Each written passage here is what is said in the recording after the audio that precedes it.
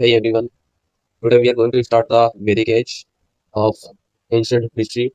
Today's topic is Vedic age. We are studying ancient Indian history. So now let's just get started. चलिए शुरू करते हैं। सबसे पहले व्हाट इज वैदिक एज। वैदिक एज जो हमारा एक टाइम फ्रेम है हमारी इंडियन हिस्ट्री में, जो कि 1500 बीसीई से 600 बीसीई तक लास्ट करता है, जो कि अप्रोक्सीमेटली 900 साल को 900 ईयर्स हमारे कवर्स करता है। और इसी पीरियड के दौरान में जो हमारे पवित्र ग्रंथ हैं, जो हमारे सीक्रेट टेक्स्ट है हिंदुइज्म के, ये वेद वेद मिशंस ये सारे लिखे गए थे। इसी के साथ जो आर्यन कल्चर है, इंडियन सिविलाइजेशन में, वो स्टार्ट हुआ। और जो सोसाइटी थी मेनली वैदिक एज में, वो मेनली पेस्टोरल थी, सेमी नोमैडिक थी शुरुआत में। और जैसे जैसे लेटर वैदिक के एंड तक जो हमारी सोसाइटी थी वो सेमी अर्बन हो चुकी थी। मेनली एग्रीगेरियन थी, बट सेमी अर्बन तक डेवलप हो चुकी थी। कुछ हद तक हस्तिनापुर तक तो वो अर्बनाइजेशन हो चुका था पूरी तरीके से। फिर आगे देखते हैं कि टर्म जो हमारा वैदिक है, वो टर्म जो है वो हमारे संस्कृत वर्ड वेदा से लिया गया, जिसका मीनिंग होता है नॉलेज और विजडम, स्पेशली सेक्रेड और डिवाइन नॉलेज।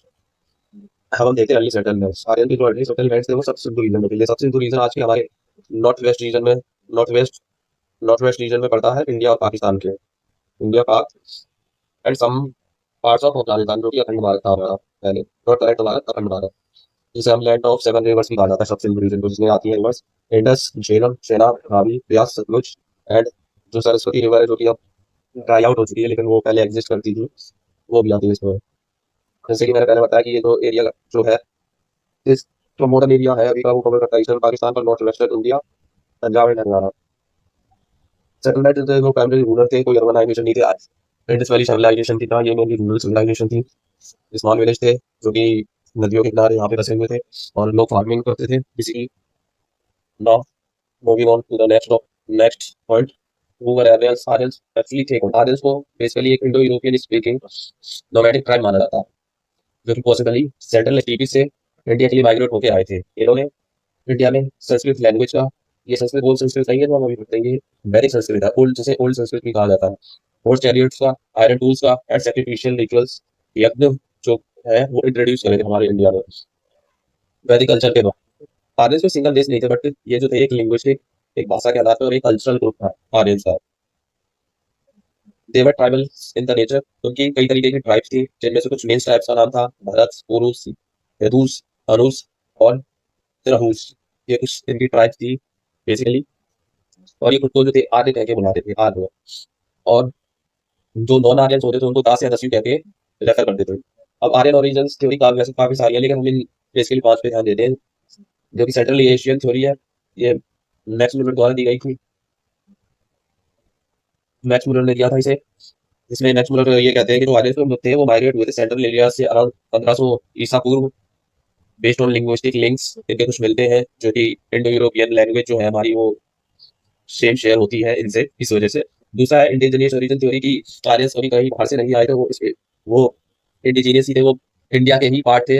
ऐसा कहा जाता है कि वो आईवीसी सिविलाइजेशन के कुछ प्रोजेक्ट लोग थे, जिन्होंने सरस्वती नदी के किनारे ये वैदिक एज को स्टार्ट किया था। देन आर्यन इन्वेजन थ्योरी, ये मोस्ट पॉपुलर थ्योरी है, जिससे कहा जाता है कि एक आर्यन इन्वेजन हुआ था जिसने हड़प्पा को डिस्ट्रॉय कर दिया था, बट नाउ ये बेसिकली वाइडली रिजेक्टेड है।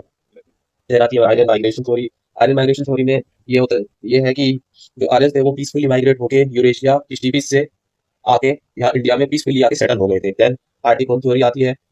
आर्टिक थ्योरी जो हमारी है, वो बाल गंगाधर तिलक ने दी थी, हमारे फेमस फ्रीडम फाइटर ने। इस पे इन्होंने एक बुक भी लिखी थी, जिसमें ये बताते कि आर्यन जो है वो आर्टिक से आए थे एज पर हमारी वैदिक एस्ट्रोनॉमी, बट ये एक नाउ एक फ्रिंज आइडिया से ज्यादा है, और कुछ भी नहीं है। Now over to the next point, अब हम समझते हैं इसका chronological context and transition. Indus valley के डिक्लाइन के बाद 1900 BCE में आर्यन कल्चर है वो तो ग्रेजुअली धीरे धीरे नॉर्थ वेस्ट रीजन में इमर्ज होता है। ये ट्रांजिशन करता है और दिखाता है कि अर्बन कमर्शियल इंडस सोसाइटी से, जो कि एक एडवांस सोसाइटी थी आईवीसी से, आर्यन कल्चर जो कि पेस्टोरल, वैदिक और रूरल सोसाइटी थी ये। यानी कि मोर एडवांस से लेस एडवांस सोसाइटी के तौर पे ये वहाँ पे स्टेबलाइज हुए। दूसरा, इन्होंने ब्रॉन्ज टूल से लेके आयरन टूल तक का इस्तेमाल किया, स्पेशली ड्यूरिंग लेटर वैदिक पीरियड में। वैदिक एज को जो है स्पेशली 2 पार्ट्स में डिवाइड किया जाता है, अर्ली वैदिक एंड लेटर वैदिक। अर्ली वैदिक पीरियड जो है वो हमारा 1500 से 1000 BC तक रहता है, और जो हमारा लेटर वैदिक पीरियड है वो हमारा 1000 से 600 BCE तक रहता है। अर्ली वैदिक पीरियड में सिर्फ हमारा ऋग्वेद कंपोज हुआ था। देन लेटर वैदिक पीरियड में हमारे सारे रेस्ट ऑफ द वेदा जो है वो कंपोज हुए थे। इनका में एक्सपेंशन बढ़ते आ रही है इसका। इनिशियली तो ये पंजाब और अफगानिस्तान के रीजन में कंफाइंड रहे थे, क्योंकि सिंध, सिंधु, सिंधु जो कि सब तक सिंधु रीजन था, सब सिंधु रीजन था, उसी में कंफाइंड रहे थे। देन लेटर ऑन इन्होंने ग्रेजुअली ईस्टवर्ड मूवमेंट किया था, ईस्टवर्ड मूवमेंट किया था या ईस्टवर्ड मूवमेंट किया था। ये हमारा इंडिया का मैप रहा थोड़ा पहले ये यहाँ पे थे, फिर उन्होंने ईस्टवर्ड मूवमेंट किया। देन ये नीचे आके ये गंगा यमुना दोआब तक, then eastern Bihar, eastern UP Bihar and parts of MP में तक इन्होंने एक्सटेंड किया। इन्होंने अपने एक्सपेंशन में आयरन का काफी यूज किया, जैसे ये लोग कृष्णैयास कहते थे, आयरन को ये लोग कृष्णैया कहते थे, कृष्णैयास के फ्यूल फॉरेस्ट को क्लियर करते हुए। और ये एक्सपेंशन इसलिए भी था क्योंकि इन्हें एग्रीकल्चर लैंड की जरूरत थी ड्यू टू पॉपुलेशन ग्रोथ की वजह से। देन अब आगे चल के देखते हैं Aryans and love for horse. हमने आईबीसी सिविलाइजेशन देखा, लेकिन हमने वहाँ पे वो एक बहुत ही एडवांस लेवल का सिविलाइजेशन था आईबीसी, बट वहाँ पे भी हमने हॉर्स का कोई मेंशन नहीं देखा। लेकिन आर्यंस के साथ हमने हॉर्स का काफी मेंशन देखा है। इवन दो जब हमें डिपिक्ट किया जाता है वेदास में या महाभारत में या श्री कृष्ण या कोई भी एक वॉरियर दिखाया जाता है, तो वो या तो हॉर्स के साथ होता है या फिर हॉर्स के चैरियट्स में होता है। तो इसी को हम देखते हैं यहाँ पे और इसका मेंशन देखते हैं। हॉर्स जो थे आरएस की लाइफ में सेंट्रल थे। वो हॉर्सेस को पर्सनल और प्रोफेशनल दोनों पर्पसेस के लिए यूज करते थे। हॉर्सेस को वॉरफेयर में यूज करते थे, ट्रांसपोर्ट में यूज करते थे, रिचुअल्स में यूज करते थे, सिंबल ऑफ स्टेटस की तरह देखा जाता था हॉर्सेस की। आपका देखा जाता हॉर्स से आपका स्टेटस सोसाइटी में उतना ज्यादा हाई है। जो मेंशन हॉर्सेस का मिलता है वो ऋग्वेदास में मिलता है, और जो हॉर्सेस चैरियट्स हम मेंशन मिलता है वो ना केवल हमारे वैदिक टेक्स्ट में मिलता है, वो अवेस्टर्न टेक्स्ट में मिलता है जो कि पर्शिया के हैं, वैदिक टेक्स्ट में भी मिलता है जो कि ग्रीक के हैं। और हमारे वैदिक टेक्स्ट में कम इनका वैदिक टेक्स्ट में इसका हॉर्सेस का मेंशन जो है ऋग्वेदा में कम से कम 200 टाइम्स है अश्वमेध यज्ञ के से रिलेटेड। और हॉर्स को है जैसा कि पहले बताया wealth power and royalty authority का सिंबल माना जाता था। आर्कियोलॉजिकल जो हमारे सर्वे हुए हैं उसमें जो हमें एविडेंस मिले हैं हॉर्सेस के, वो मिले हमें भगवानपुरा से और हस्तिनापुर से।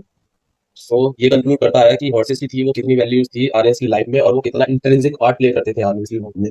Now move on to the next point, Vedic literature.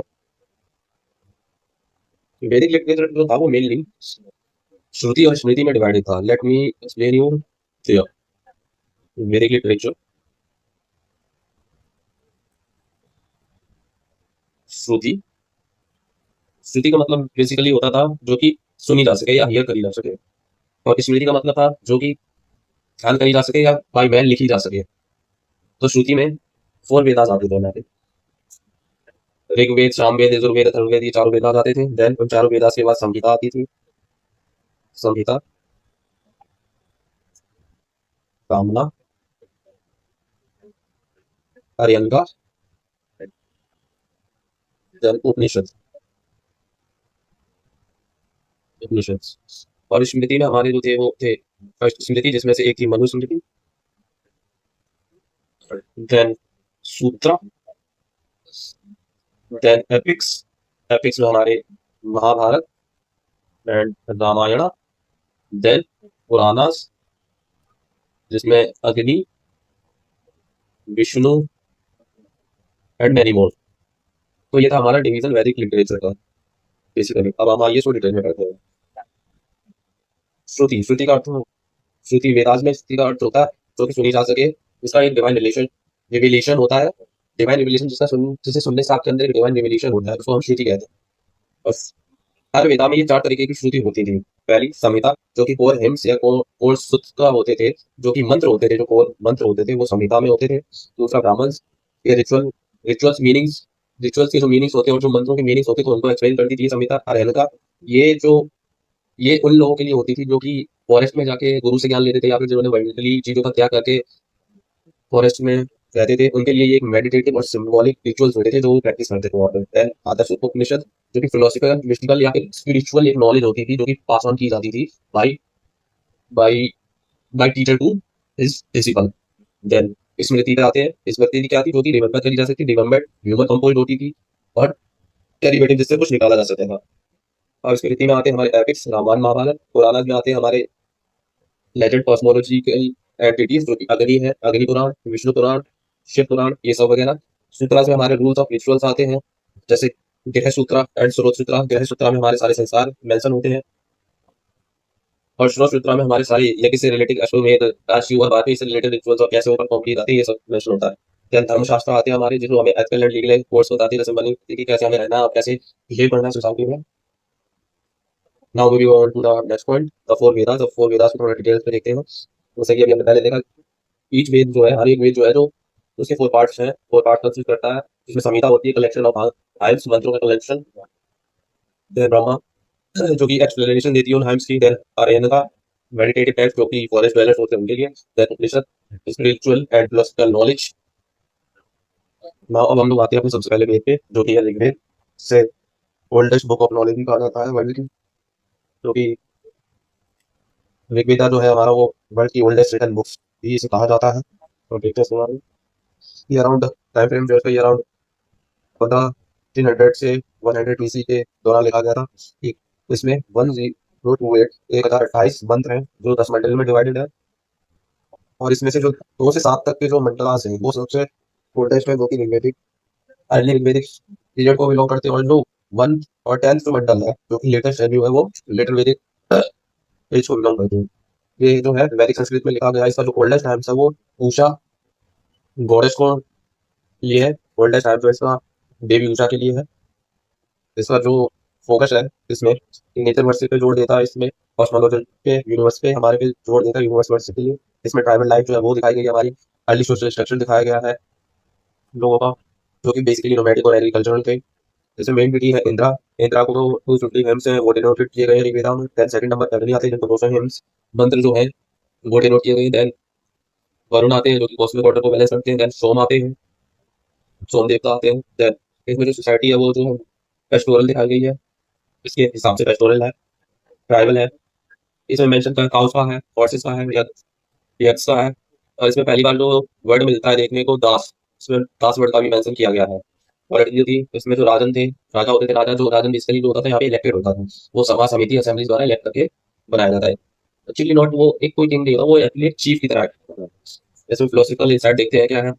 जैसे फोर्थ मंडल में बताया गया है कि बड़े व्यवस्था तो थी बट वहाँ पे इतनी बड़ी रिजिडिटी नहीं थी। और ये जो फोर्थ मंडल है ये अर्ली वैदिक फेज से यहाँ निकल के आता है। बट इसके 10th मंडल में जो कि नया है, लेटेस्ट है, उसमें पुरुष सूक्त में ओरिजिन ऑफ चार वर्णों का ओरिजिन बनता है। और साथ ही साथ रिजिडिटी ऑफ वर्ण जो थी वो भी अब इंक्रीज हो चुकी थी। अब इसी के 7th मंडल में हमें एक युद्ध का वर्णन मिलता है, दशार्जुन युद्ध, battle of 10 Kings. In battle of 10 Kings में कुरुक्लेन कुरुक्लेन और भरत क्लैन दोनों आपस में लड़ती है, लेकिन उनमें से कोई जीता नहीं है। बेसिकली संधि के द्वारा कुरुक्लेन का फॉर्मेशन होता है। और इसमें बेसिकली जो 10 में से थी, 5 जो थी वो आर्यन क्लैन थी और 5 नॉन आर्यन क्लैन थी। बस इतना ही नाम काफी है। और जो इसमें जो मंत्र है जो कंपोज किए गए हैं वो बेसिकली विश्वामित्र द्वारा किए गए, वशिष्ठ, कृष्णमाडा एंड जो फीमेल थी, और जो फीमेल्स थी उन्होंने भी अपना कंट्रीब्यूशन ऋग्वेदिक की कंपोजिशन में दिया था, जिनमें से कुछ थी, कुछ एक का नाम था जैसे कि लोपामुद्रा, घोषा, एक्सेट्रा। ऋग्वेद में 2 तरीके के रिसेंशंस देखे जाते हैं। एक है शकल संहिता, दूसरा है भास्कर और बालाखिल्य संहिता। सकल संहिता में जो है जो 1000 जो 108 मंत्र है वो पूरे के पूरे सर्वाइव करे हुए हैं, कर गए। और ऋग्वेद में जो कि मेंशन है वो मेनली यही सारे 108 टाइम्स हैं। और जो बालखिल्य संहिता में है जो वो एडिशनल 11 हिम्स थे जो कि पार्शली सर्वाइव किए गए हैं, और जो कि मंडल 8.49 से लेके 8.59 तक मिलते हैं। अब इसका सिग्निफिकेंस देख लेते हैं क्या था ऋग्वेद का। फर्स्ट एवर लिटरली रिकॉर्ड था इंडियन सिविलाइजेशन का। इंडियन सिविलाइजेशन का क्या वर्ल्ड का ही ये फर्स्ट एवर लिटररी रिकॉर्ड है। ये फाउंडेशन देता है हमारी religious, social and political ideas को। इसमें से जो पॉलिटिकल आइडियाज क्या है वो आज तक भी प्रेजेंट है, जैसे वर्ल्ड सिस्टम हो गया, यज्ञ हो गए, एंटिटी वर्शिप और नेचर वर्शिप जो कि आज भी हम लोग करते हैं। Then move on to the next Veda which is Samaveda. Samaveda को मेलोडीज का वेदा भी कहा जाता था, म्यूजिक का वेद, संगीत का वेद। इसमें जो है कुल 1875 वर्सेज हैं। इसमें जो कुल 1875 वर्सेज हैं मोस्टली जो है वो बोरो करे गए हैं ऋग्वेद से। पर्पस क्या है इसका, ये सन किए जाते हैं सोम सेक्रीफाइस के दौरान जो कि प्रीस्ट के द्वारा किया जाता है। इसमें कंटेंट ये फोकस करता है चैंट्स पे, रिदम पे और इंटोनेशन पे। इसी कोई ओरिजिनल फिलोसफी नहीं है, बस ये प्रसन्न करने के लिए संगीत के तौर पे गाया जाता है। इसमें कुछ वर्सेस हैं जो कि गाए जाते हैं सेक्रीफाइसेस के दौरान। इंपॉर्टेंस क्या है, ये root of Indian classical music का ये रूट है। इसको लिंक टू गंधर्व वेद से भी किया जाता है। गंधर्व वेद ओरिजिनली रिलेटेड हमारे म्यूजिक और डांस से। सिग्निफिकेंस इसका क्या है, ये एक्सरसाइज करता है रिचुअल परफॉर्मेंस या म्यूजिक के द्वारा रिचुअल्स को कैसे परफॉर्म किया जाता है उसको एक्सरसाइज करता है। ये प्रिजर्व और प्रिजर्व करता है नॉन हमारी मेलोडी डिसाइडेशन सिस्टम की। आज जो आपने देखा होगा जो कि पंडित होते हैं वो एक सुर में एक एक रिदम में एक लय में जो है मंत्रों का उच्चारण करते हैं वो बेसिकली नहीं चलता है। ये मेंशन करता है एक तरीके के सेक्रीफाइस का स्पेसिफिक है इसका जिसको व्रत स्टोन कहते हैं जिससे नॉन आर्यंस को आर्यंस में कन्वर्ट किया जाता था या कर सकते थे अगर वो चाहें तो। देन हमारा थर्ड वेद जो है वो है यजुर्वेद। ये वेद ऑफ रिचुअल्स कहा जाता है इसको, रिचुअल्स का वेद कहा जाता है। इसमें जो हमारे रिचुअल्स और मंत्र जो कि यज्ञ में यूज होते हैं उन पर बेसिकली ध्यान दिया गया है। इसमें इसमें टू वर्जन है।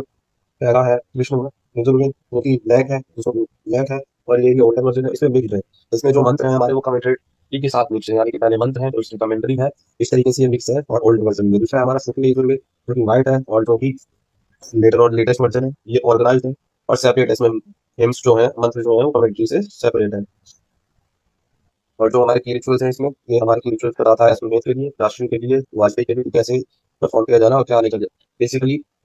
तो बेसिकली जो ये हमारा अश्वमेध था, अश्वमेध का मतलब होता था कि कोई भी किंग को है अपना वो एक हॉर्स जो है वो पूरी टेरिटरी में फ्री छोड़ देता था कि जहाँ जहाँ वो इस टेरिटरी में जाएगा वो हिस्सा उसका हो जाएगा, फिर वो वॉर करके उस हिस्से को सबऑर्डिनेट किंग से जीतता था। देन राजसूय युद्ध जो होता था उसमें जो राजा था वो अपनी अथॉरिटी स्टेबलाइज करता था, डोमिनेट करता था या फिर अथॉरिटी को जो है अपनी असर्ट करता था। देन जो हमारा भारतीय होता था वो एक तरीके की रेस होती थी जिसमें कुछ 7 हॉर्सेस चैरियट हॉर्स चैरियट जो होते पार्टिसिपेट करता था, और जो उसमें से जीता था उस पर राजा सवार होके उसकी विक्ट्री को इसकी विक्ट्री को एक्सेप्ट करता था। इसका सिग्निफिकेंस क्या है? इसका सिग्निफिकेंस बेसिकली यही है कि ये एक तरीके का स्ट्रक्चर प्रोवाइड करता है और सेट ऑफ रिचुअल्स और मंत्रस प्रोवाइड करता है वैदिक सेक्रिफाइस सिस्टम के लिए और कर्मकांड के लिए।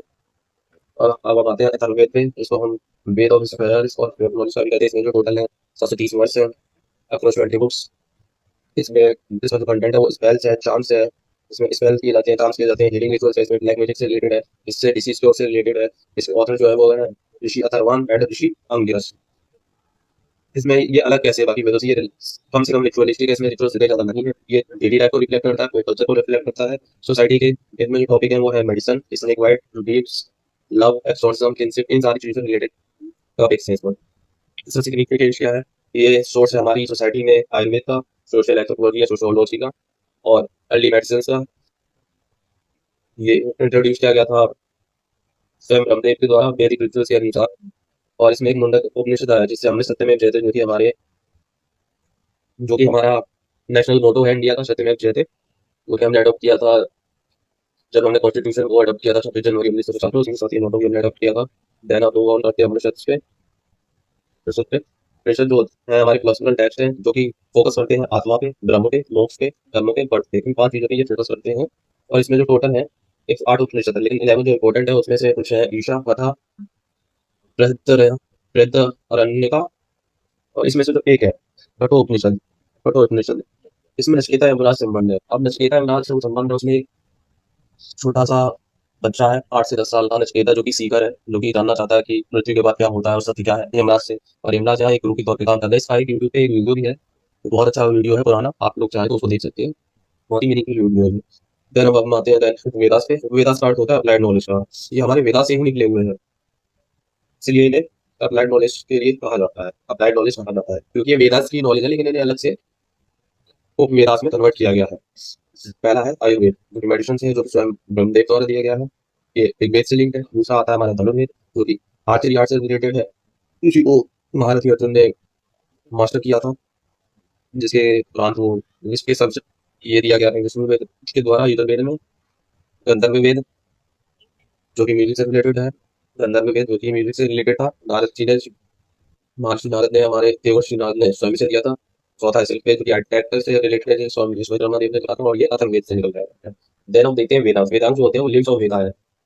इसमें छह कुल इसके कुछ 6 लिम्स है। पहला शिक्षा वेदांग, छंद वेदांग, व्याकरण वेदांग, निरुक्त वेदांग, कल्प वेदांग। और जो कल्प वेदांग है, इसके जो कल्प वेदांग के मेजर टेक्स्ट को कल्प सूत्रास भी कहा जाता है। और कल्प सूत्रास 4 तरीके के सूत्र, कल्प सूत्र 4 तरीके के, उसमें से एक श्रोत सूत्र, गृह सूत्र, धर्म सूत्र, सौर्व सूत्र। श्रोत सूत्र है जो हमारे अश्वमेध यज्ञ के, राष्ट्रीय यज्ञ, वाजपेयी यज्ञ, इनके बारे में, इनके रिचुअल परफॉर्मेंस के बारे में जानकारी देता है। ग्रह सूत्र है जो हमारी ये डेली लाइफ से रिलेटेड है, ये हमारे बर्थ से लेके बर्थ टू डेथ सारे 16 जो हमारे संस्कार होते हैं उनके बारे में हमारे ये बताता है, जैसे कि नामकरण, उपनयन, marriage, child birth and many more और डेथ तक की ये बताता है। धर्म सूत्र है, धर्म सूत्र हमें बताता है कि हमें कैसा एथिकल कंडक्ट करना है, हमारे परिजनों के साथ, फैमिली के साथ किस तरीके से रहना है, किस काम पे चलना है और क्या क्या चीजें नहीं करनी है। सब चीज का है जो हमारा मैथमेटिक्स और ज्योमेट्री से रिलेटेड है, जो कि हमें मैथमेटिकल चीजें बताता है। एंड सिक्स है ज्योतिषी, ज्योतिष विद्या, जो कि आप जो जिसका आजकल भरपूर उपयोग चल रहा है, एस्ट्रोटॉक ऐप, मैनी मोर, पंडित ही पंडित छाए हुए हैं सब जगह, सब भविष्य बताने के रिलेटेड में। देन आप देखते हैं Smriti and text. Ramayana story of lord Ram को दर्शाती है। महाभारत कुरुक्षेत्र वॉर, भगवद गीता, गानास, mythology, genealogy of king, dynasties of kings, basically पुराना ये बताती है स्टोरी। हम आगे थोड़ा देखते हैं मटेरियल कल्चर, देखते हैं वैदिक एज का। इसमें बेसिकली जो पेटेंट बिहेवियर है वो हमें देखने को मिलती है लेटर वैदिक साइट्स में, जैसे कि हस्तरा पे हो गया, इसमें हमें देखने को मिलती है। और ओकरे कलर पोर्ट्री में हमें देखने को मिलती है, ट्रांजिशन कल्चर बताती है प्री वैदिक से लेटर वैदिक की तरफ। और ओपन वर्ड जो है वो हमें मिलते हैं यूपी में, बिहार में। ओपन हॉट कल्चर मिलता है हमें, इंक्लूड, जिसमें हमें मिलती है सेट्स, मिलती है कुछ शॉर्ट्स, मिलती है तलवार वगैरह। और जो कि एक मतलब वॉरियर लाइफ स्टाइल की तरफ इंडिकेट करता है, जो करता है कि आनंद एक बेसिकली वॉरियर लाइफ स्टाइल के लोग थे। फायर हंटर्स भी हमें मिलते हैं, कालीबंगन के जो हड़प्पा में फायर हंटर है। एंड लेथरमेटिक साइड में वो शो करते हैं कंटिन्यूटी ऑफ जन्माष्टमी, मतलब कालीबंगन के फायर हंटर्स को यूज किया गया था लिटरेरी हंटर्स के द्वारा संभव। अब हम ये जो था एक बेसिक इंट्रोडक्शन एक्सप्लेनेशन थी वैदिक पीरियड को लेके। अब हम देखते हैं वैदिक पीरियड के डिफरेंट पार्ट्स, अर्ली वैदिक पीरियड और लेटर वैदिक पीरियड। तो हम पहले स्टार्ट करते हैं अर्ली वैदिक पीरियड से। ये आप इमेज देख सकते हैं अर्ली वैदिक पीरियड की, जिसमें आप देख सकते हैं इंग्लैंड, श्री, भारत, कुरु, ध्रुव, यदु, अनु, ग्रीवी एंड मरीनोस।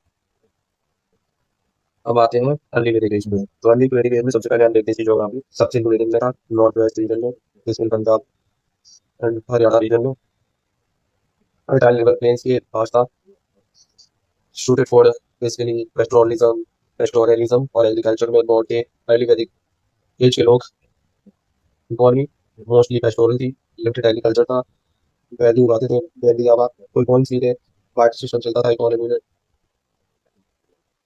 ये यहाँ थोड़ा गलत सा हो गया है, वो मेंशन हमें लेटर वैदिक पीरियड में होता है, मेंशन ऑफ ज्वेलर्स और स्मेल्टर जो है वो लेटर वैदिक। और जो कैटल थी, कैटल गाय, गाय को महत्व माना जाता था, काफी चीजें वो काफी वैल्यू होती थी सोसाइटी में, अर्ली वैदिक सोसाइटी में। एग्रीकल्चर जो था एक नेचर एक्सटेंट ही प्रैक्टिस किया जाता था, मतलब एक काफी हैवी सोसाइटी, एग्रेरियन सोसाइटी नहीं थी अर्ली वैदिक। आयरन टूल्स यूज नहीं किए जाते थे, एक सब्सटेंसेस लेवल पे, एक सफिशिएंट सब्सटेंटिव लेवल पे एग्रीकल्चर होता था। Media of exchange and points देखा वहाँ पे, बार्टर सिस्टम होता था, कोई पॉइंट्स नहीं थे, कोई फॉर्मल करेंसी नहीं थी। काउज और जो बैंक थे उन्हें पेमेंट के रूप पे यूज किया जाता था बार्टर सिस्टम के तौर पे। जैसे कि किसी भी ने अगर आपका रिचुअल परफॉर्म किया तो आप उसको काउस देते थे या फिर ग्रेन देते थे, या फिर किसी भी आप उसको वहाँ पे खरीद रहे हैं तो ग्रेन से काउस के द्वारा ही मिलते होते। देन पॉलिटिकल स्ट्रक्चर देखते हैं, ट्राइबल सिस्टम होता था यहाँ पे, जन जो होता था, जना जो था प्राइमरी पॉलिटिकल यूनिट थी। किंग थे वो राजा, वो इलेक्टेड होते थे, और राजा को जो हेड होते थे वो होती थी सभा, समिति, विधाता और परिषद, ये चार तरीके की वहाँ पे ऑर्गेनाइजेशन होती थी अर्ली वैदिक पीरियड में, क्योंकि राजा को हेड करती थी। कोई ब्यूरोक्रेसी नहीं थी, कोई टैक्सेशन नहीं हुआ करता था। हाँ, समटाइम जो बलि थी वो ऑफर करी जाती थी चीफ को, वो कुछ भी हो सकती थी बलि के तौर पे, वो एनिमल हो सकता था, वो कुछ ग्रेन्स हो सकते थे, कुछ मटेरियल हो सकता था, कुछ भी, कोई परमानेंट आर्मी नहीं थी। जो इसके ट्रांसमेंट थे वो जरूरत के दौरान उन्हीं को आर्मी में कन्वर्ट करके वॉर्स के लिए जाया जाता था। सोशल स्ट्रक्चर भी था, सोशल स्ट्रक्चर था, सोसाइटी डिवाइडेड थी आर्यास और दासा में। दो तरीके के लोग थे, टू टाइप्स। पहले थे आर्य, दूसरे दास। और शुरुआत में जो वर्ण था, वर्ड इसको डिस्टिंग्विश के लिए यूज किया जाता था, कि एक कलर के बेस पे यूज किया जाता था। मोस्टली जो आर्य थे वो फेयर होते थे, और जो दास होते थे वो उनका ब्राउन या ब्राउन टू ब्लैक कलर होता था, तो उस कलर को डिस्टिंग्विश करने के लिए वर्ण का यूज होता था। बट लेटर ऑन वर्ण जो है वो एक पूरा का पूरा सिस्टम इवॉल्व हो गया एक अलग तरीके से, जो कि हम सभी जानते हैं। अब फोर्थ वर्ड्स का मेंशन तो मिलता है यहाँ पे, बट वो इतने रिलेटेड नहीं थे। जैसे वर्ण का मेंशन मिलता है फोर्थ मंडल में हमारे, मिलता है ऋग्वेद के मेंशन, जैसे कि मैंने बताया था आपको। और जो किंग्स वेस्ट जो थी, जॉइंट फैमिली थी, पैट्रियार्कल थी, but women was equally respected in early वैदिक पीरियड। Family and society. कुल जो होता था वो बेसिक यूनिट था सोसाइटी की। जॉइंट फैमिली में था वो नॉर्म था। सन मोस्टली मोस्टली का every one has a joint family. Women जो थी रिस्पेक्टेड थी, हर चीज़ की उन्हें फ्रीडम थी, वो हर चीज़ में पार्टिसिपेट कर सकती थी। इवन जो वुमेन्स थी वो हमारी सभा समिति और विधान परिषद में भी मेंबर्स थी, वो पार्टिसिपेट करती थी और सजेशंस दिया करती थी अपना। सम वुमेन्स कुछ फिलोसफर्स थी, पोएट्स थी। यानी कि वो दिखाता है कि वुमेन्स का एक हाई लेवल था सोसाइटी में। मोनोगमी जो था, one women man one single marriage was prevalent in the society. जो चीफ थे वो ओकेजनली पॉलीगैमी करते थे, एक से ज्यादा वाइफ्स को रखते थे। पर हाँ, कोई चाइल्ड मैरिज नहीं देखी जाती थी, ना कोई सती थी। जो ग्राम जो एक सिंपल गाँव होता था, ग्राम लोग ग्रामीण द्वारा लड़ किया जाता था। वो क्लासिफिकेशन थी वो पूरी सोसाइटी को कुछ इस प्रकार थी। ग्राम होता था, देन विश होता था, क्लैन, देन जना होता था, ट्राइब, और देन इसके बाद भी एक आता था ट्राइब्समैन। यानी कि जिस आप जना से या ट्राइब से आप बिलोंग कर रहे हो उसी ग्राम member. Then cows and horses, दोनों को वेल्थ को सेक्रेट तौर पे देखा जाता था, लेकिन दोनों को एज अ वेल्थ और रिचुअल और स्टेटस और सिंबल के तौर पे देखा जाता था। सोशल डिफरेंशिएशन एंड वर्ण सिस्टम। पुरुष सूक्त में हमें 4 वर्णों का मेंशन मिलता है। पुरुष सूक्त में ऋग्वेद के ब्राह्मण, क्षत्रिय, वैश्य, शूद्र। इनिशियली ये एक रूट कॉन्सेप्ट था, ऑक्यूपेशनल बेस्ड, लेकिन लेटर ये वर्क बेस्ड हो गया। पहले ये जो जौन सा काम कर रहा था उसके बेस पर था, लेटर ये वर्क से शिफ्ट हो गए बर्थ पे उनको, बर्थ की सीसी हो गया। अब इसमें अर्ली सोशल हायरार्की क्या थी? जो वर्ण व्यवस्था थी वो मेरिट और ट्रीट्स में बेस्ड थी कि आप किस तरीके का काम करते हो उसमें, ना कि वर्क, जैसे कि मैंने अभी बताया। ब्राह्मण और जो क्षत्रिय थे वो मोस्टली लीडरशिप रोल्स की करते थे अर्ली वैदिक सोसाइटी में भी। पोजीशन ऑफ वुमेन जो थी हाई स्टेटस था, पार्टिसिपेट करती थी उसमें, इम्पोज करती थी, गेम्स को मंथली कंपोज करती थी। फीमेल चीयर्स जिन्होंने अपना कंट्रीब्यूशन दिया था ringgit में, लोपामुद्रा, अपाला, घोष। ना कोई पर्दा सिस्टम था और ना ही कोई सती प्रथा था। Religion and belief, worship of natural forces in the अग्नि वर्ल्ड। नेचर की फोर्सेस की वर्शिप होती थी मेनली, जैसे कि इन रेन के लिए अग्नि, आग, वरुणा, कॉस्मोस और जल। इनके लिए इनकी बेसिकली पूजा करते थे, और अर्थ की भी पूजा होती थी। अर्थ यानी कि भूमि। कोई टेम्पल और आइडियल वर्शिप नहीं होती थी, कोई यहाँ पे मंदिर नहीं था, ना कोई मूर्ति पूजा होती थी। नेचर क्या था? वैदिक गॉड्स और योगिस था। गॉड जो थे वो एंथ्रोपोमॉर्फिक थे, यानी कि जमीन जमीन या फिर प्रकृति से जुड़े, या प्रकृति के रूप को दिखाए हुआ वो अलग अलग फोर्स के ढाल में, जैसे थे जो यज्ञ जो थे, यज्ञ जो थे, जो यज्ञ होते थे वो सिंबॉलिक थे और कम्युनल एक कम्युनिटी के साथ होते थे। बहुत कम प्राइवेट यज्ञ होते थे, ज्यादातर कम्युनिटी या फिर सेल्फ या ट्राइब्स के साथ हुआ करते थे। Modes and forms of worship, fire sacrifice किया जाता था, होम्स जिसे हम यज्ञ भी कहते हैं, मतलब टेंटिंग के द्वारा किया जाता था। यज्ञ में ऑफरिंग करी जाती थी, मिल्क की, दूध दही की, और प्रेयर्स करी जाती थी। यही मोड ऑफ वर्शिप थे। अब हमें इसमें अर्ली वैदिक टाइम में ये सब जो था अब हमारा हो गया।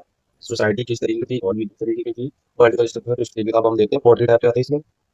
इसमें जो पोर्ट्री इसमें जो पोर्ट्री थी वो हमारी रेडवेड थी, और ओसीपी ओके कलर पोर्ट्री थी, वो मिलती थी मेनली।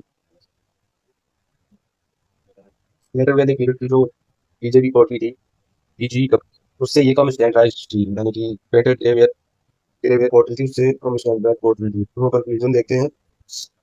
अर्ली वैदिक एज का जो सोसाइटी थी वो मोस्टली एग्रेगेट एरिया थी, ट्राइबल थी, समान, सबको समान अधिकार मिले होते, मैन वुमेन पीपल रिस्पेक्टेड थे, सेमी नोमैडिक थे, नेचर रिवरिंग थे, नेचर लविंग थे लोग। यहाँ पे फाउंडेशन में कुछ आइडियाज थे, इनकी फाउंडेशन यहाँ पे दी गई थी। लोग थे वर्ल्ड वर्ल्ड का फाउंडेशन पड़ चुका था, यक्स का, धर्म का, और सोशल ऑर्गेनाइजेशन की। ना मूव करते हैं हम लेटर वैदिक पीरियड को। तो एक बार देख लेते हैं लेटर वैदिक पीरियड को, जिसमें जो किंगडम इमर्ज करके आए थे वो थे कुछ गुरु, पंचाल, मत्स्य, कुंती, सतवंत, शेरी, काशी, कौशाल, विदेह, मगध, बंग, कलिंग, विदर्भ। ये कुछ इंपॉर्टेंट किंगडम थे लेटर लेटर वैदिक पीरियड के। तो आइए देखते हैं लेटर वैदिक पीरियड में। लेटर वैदिक पीरियड में ज्योग्राफी जो थी वो एक्सपेंड होके अब सप्त सिंधु रीजन से नीचे की तरफ आके, यानी कि अब यहाँ से जो ज्योग्राफी थी वो एक्सपेंड होके यहाँ तक आ गई थी, गंगा यमुना दोआब में, ईस्टर्न यूपी में, ईस्टर्न यूपी से लेके बिहार में, और विंध्याचल जो थी यहाँ से ज्योग्राफी जो थी अर्ली वैदिक पीरियड की ज्योग्राफी थी, और ये सारी लेटर वैदिक पीरियड की ज्योग्राफी थी। इकोनॉमी थी एग्रेरियन थी, मोस्टली एग्रेरियन हो गए थे, लेकिन डोमिनेटेड एग्रेरियन। लेटर वैदिक में, अर्ली वैदिक में क्या था कि वो एक सब्सटेंटिव एग्रेरियन थे, ना कि डोमिनेटेड एग्रेरियन थे। और इसमें ग्रोथ हुई थी क्राफ्ट प्रोडक्शन, ट्रेड की भी, डेवलपमेंट ऑफ अर्बन सेंटर्स, और यहाँ पे जो इमरजेंस जो देखा जाता है, emergence of smelters and jewellers भी देखा जाता है। देन एग्रीकल्चर पर मूव ऑन करते हैं, जहाँ पे राइस होता था, राइस की खेती होती थी जिसको मिल्क कहते थे, अलॉन्ग विद व्हीट, गेहूं, दाल, वो भी कल्टीवेट करे जाते थे। एक सेडेंटरी लाइफस्टाइल थी। एग्रीकल्चर डोमिनेट होने की वजह से पॉपुलेशन भी इंक्रीज होती है, एग्रीकल्चर इंक्रीज होता है तो पॉपुलेशन इंक्रीज होती है, पॉपुलेशन इंक्रीज होती है तो एरिया इंक्रीज होता है, और एरिया इंक्रीज होने की वजह से उनका सेडेंटरी लाइफस्टाइल भी इंक्रीज होता है और ये काफी आगे तक फैलते हैं। और हसनापुर और कौशाम्बी जैसे एरियाज में भी अपने सेटलमेंट्स बनाते हैं। Medium of exchange at points क्या था, अब सिर्फ बार्टर सिस्टम प्रेवलेंट नहीं रहा था, चल था, एग्जिस्ट था, बट उतना प्रेवलेंट नहीं था। पॉइंट्स आ चुके थे जिनमें से कुछ थे कृष्णल्ला, सतमाना और निष्का। निष्का काफी पॉपुलर वन है और इसमें बलि भी दी जाती थी। एक शुल्क जो होता था टैक्स, वो रेगुलर होते थे, जो राजा के प्रति आपके देने होते थे लेटर के में। इमरजेंसी जो था वो ट्रेडर्स एंड मर्चेंट्स का वो बढ़ गया था काफी ज्यादा, ट्रेड ओरिएंटेड सोसाइटी धीरे धीरे होती जा रही थी। पॉलिटिकल जो स्ट्रक्चर था, किंग जो थे वो पहले से ज्यादा पावरफुल हो चुके थे, असिस्ट किया जाता था रतनिंग्स जो कि ऑफिसर होते थे, एलिमिनेटेड यज्ञ करे जाते थे किंग की अथॉरिटी को लेजिटिमाइज करने के लिए, जैसे कि अश्वमेध ऋषि वाजपेयी जो कि प्रीच करा करते थे, और प्रीच सिस्टम भी काफी कॉम्प्लेक्स हो चुका था और प्रीच की पावर्स भी काफी हद तक बढ़ चुकी थी। असेंबलीज थी, उनका असेंबली सभा और समिति की जो पावर थी वो हो चुकी थी, वो एग्जिस्ट करती थी, बट उनका कोई अब रेलिवेंट नहीं था। किंग जो था वो एक ऑल अथॉरिटी, एक सभा को कंट्रोल करता था।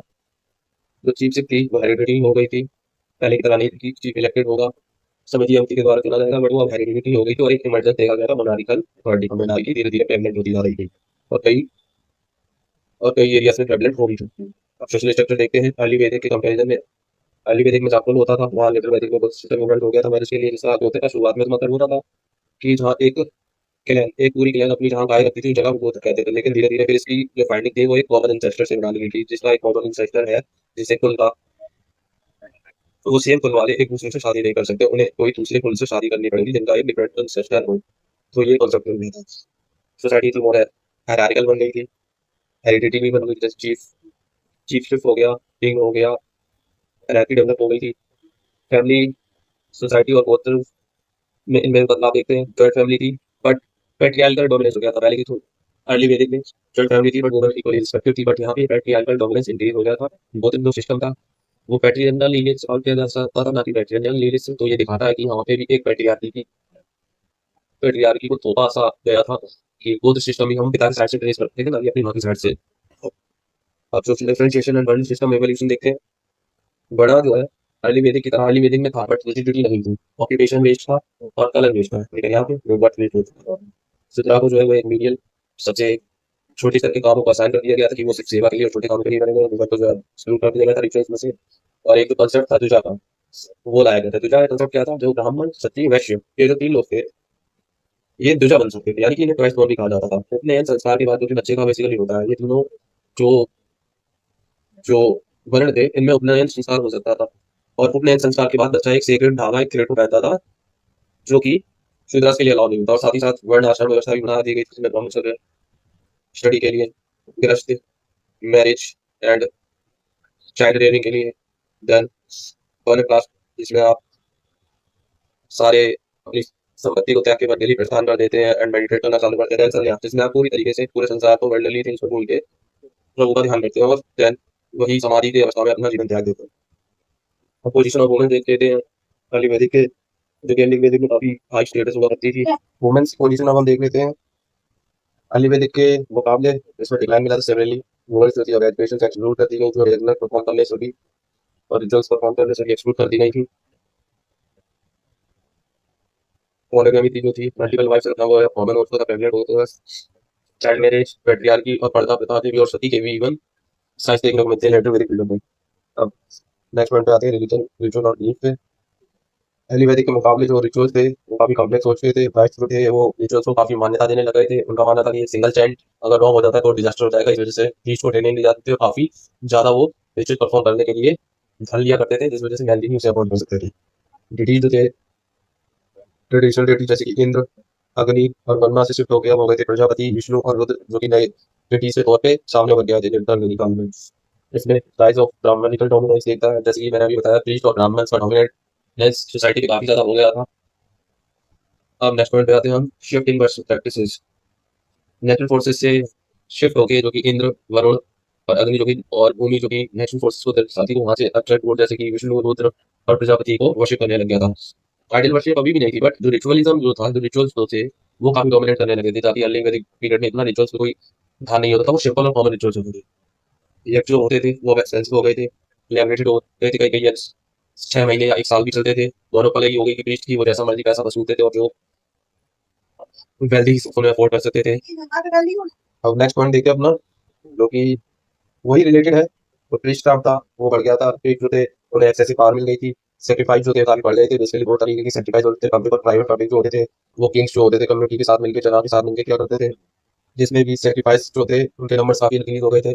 जानवरों की, एनिमल्स की वैल्यू काफी हाई नंबर्स में दी जाने लगी थी, और प्राइवेट सेक्रीफाइस में भी जानवरों की मोस्टली ज्यादा बड़ी देने जाने लगी थी, सेक्रीफाइस किया जाने लगा था। Sorry for that. और जो रिएक्शन, इसका रिएक्शन क्या हुआ था, होपलिस्टर थॉट्स उनका डेवलपमेंट हुआ था, जो कि नॉलेज पे और रिचुअल्स पे, नॉलेज पे ज्यादा फोकस करते थे रिचुअल्स की वगैरह। होपलिस्टर थॉट था जो कि अपने अंदर के ज्ञान पे ज्यादा फोकस करते थे, बाहरी रिचुअल्स और मंत्र और परफॉर्मेंस के से हटकर। होपलिस्टर थॉट्स का अर्थ होता है, ये एक्सरसाइज करते हैं इंटरनल स्पिरिचुअल जर्नी को, अपने आत्मज्ञान की जर्नी पे ये एक्सरसाइज करते हो। एक्सटर्नल रिचुअल्स ये बिलीव करते हैं यूनिटी ऑफ आत्मा, आत्मा का परमात्मा से मिलन, आत्मा और परमात्मा, आत्मा को परमात्मा को जाना ही एक सर्वोपरि लक्ष्य है। इस बात पे ये फोकस करते हैं। यूनिवर्सल स्पिरिट में बिलीव करते हैं। और यहाँ पे पोर्ट्री टाइम हमें देखने को मिलती है, पैटर्न में पोर्ट्री देखने को मिलती है, ब्लैक स्लिप वेयर पोर्ट्री देखने को मिलती है, रेड वेयर पोर्ट्री देखने को मिलती है, black and white ware pottery देखने को मिलती है। अब हम इसके कंक्लूजन में देखते हैं। अर्ली वैदिक के मुकाबले सोसाइटी कॉम्प्लेक्स हो गई थी, वर्ड बाई वर्ड हो गया था, वो सिस्टम आ चुका था, हायरार्किकल हो चुका था सब कुछ, मोनार्की आ चुकी थी, किंगशिप हेरिडेटरी हो चुकी थी, रिचुअल ड्रिवन हो चुके थे सारे परफॉर्मेंस, और यज्ञ हैवी रिचुअल्स हो चुके थे, सैक्रिफाइसेस जो थे वो इंक्रीज हो चुके थे। इन्हीं सब चीजों ने आगे जाके महाजनपद और लेटर हिंदू थॉट्स को जो है फाउंडेशन दी। जैसे कि आगे जाके जैनिज्म उभरा इसके बाद, इसी फिलोसफी के बाद, इसी रिचुअल से परेशान हो गई कि रिचुअल से ज्यादा हमें इंटरनल वैल्यूज पे, इंटरनल आत्मा पे ध्यान देना चाहिए, और नॉलेज से सीख करना चाहिए। कुछ मेजर पॉइंट्स लिखे थे। ओवरऑल वैदिक एज है वो इवॉल्व होती है ट्राइबल पेस्टोरल से एग्रीगेरियन मोनार्की सोसाइटी में, एंड तक आते आते आते अर्ली से लेटर तक आते आते सिग्निफिकेंट इसमें डेवलपमेंट होती है रिलीजन में। सोशल स्ट्रेटिफिकेशन, रिलीजन जो है वो इंद्र, वरुण, सोम, अग्नि से हटके फर्स्ट प्रजापति, शिव और विष्णु के हो गया था। नेचर से हटके एक एब्स्ट्रैक्ट वर्ड को मानने लग गए थे, सोशल स्ट्रेटिफिकेशन आ गए थे, पोजिशन हो गई थी अर्ली वैदिक के मुकाबले। और वर्ड जो थे वो बाय बर्थ हो चुके थे, क्वालिटी में जो है वो चेंज देखता था। पहले जो इलेक्टेड राजा हुआ था अर्ली वैदिक पीरियड में, देन लेटर ऑन इलेक्टेड की जगह मोनार्की होने लग गया था। देन इकोनॉमी जो थी पहले की जो थी पूरी फुली एग्रीगेरियन थी, दूसरे में dominant agrarian plus semi urban हो गई थी ऑर्गेनाइजेशंस। देन इन सबसे ही निकल के आती है spiritual core of Indian philosophy, जो कि उपनिषद में मिलती है। और एक उपनिषद थॉट्स का बिलीव होता है, जो कि आत्मा पे ज्यादा फोकस करने को और आत्मज्ञान पे ज्यादा फोकस करती है। अब आओ थोड़ा कंपैरिजन देख लेते हैं बिटवीन अर्ली एंड लेटर वैदिक एज में। फीचर्स रीजन का था, अर्ली वैदिक पंजाब नॉर्थ वेस्ट इंडिया में, इंटर वैदिक Ganga UP Bihar. Economy pastoral agrarian, point थे बार्डर विश्व कृष्ण अल्लाह। पॉलिटिक्स जो थी वो ट्राइबल थी, रिपब्लिक्स हेरिडेटरी एंड मोनार्की हो गई थी। वर्ल्ड सिस्टम फ्लेक्सिबल था, नॉट बाई बर्थ था, नॉट बाई बर्थ था। रिजिड बट वुमेन जो थी हाई स्टेटस थी, पार्टिसिपेट करती थी यज्ञ में, प्रपोज किया था ऋग्वेद, रानी स्टेटस हो गया था, सती बढ़ गई थी, चाइल्ड मैरिज बढ़ गई थी, पैट्रियार्की बढ़ गई थी, रिलीजन नेचर वर्शिप होती थी। अब वहाँ पे रिचुअलिज्म होती थी और फिलोसफी होती थी। पोर्ट्री तो सिर्फ ओपरी कलर प्रिंटेड पोर्ट्री होती थी और रेड में पोर्ट्री, और यहाँ पे प्रिंटेड वेयर पोर्ट्री होती थी, और ब्लैक एंड रेड में पोर्ट्री मिली हमें। So guys, that's all about Vedic age. I know थोड़ा सा लेंदी हो गया, but I tried my best to make you understand. Actually मैं भी प्रिपेयर ही कर रहा हूँ गवर्नमेंट जॉब के लिए, तो ये मेरे नोट्स थे, तो मैंने सोचा कि मैं ये रिवीजन कर लेता हूँ। रिवीजन के साथ साथ अगर मैं आपको पढ़ा दूंगा तो मेरे माइंड में भी ज़्यादा इंटरेस्ट डेप्थ हो जाएगा, और आपका भी फायदा हो जाएगा। और अगर आपको ये नोट्स चाहिए तो मैं जब ये वीडियो के नीचे, इस वीडियो के नीचे कमेंट कर दीजिएगा। अगर आपको किसी नोट्स चाहिए होंगे तो मुझे वो, मैं एक लिंक प्रोवाइड कर दूंगा, उस लिंक के कमेंट में लिंक प्रोवाइड कर दूंगा, उस लिंक के द्वारा मैं उसको ये नोट प्रोवाइड कर दूंगा। ठीक है।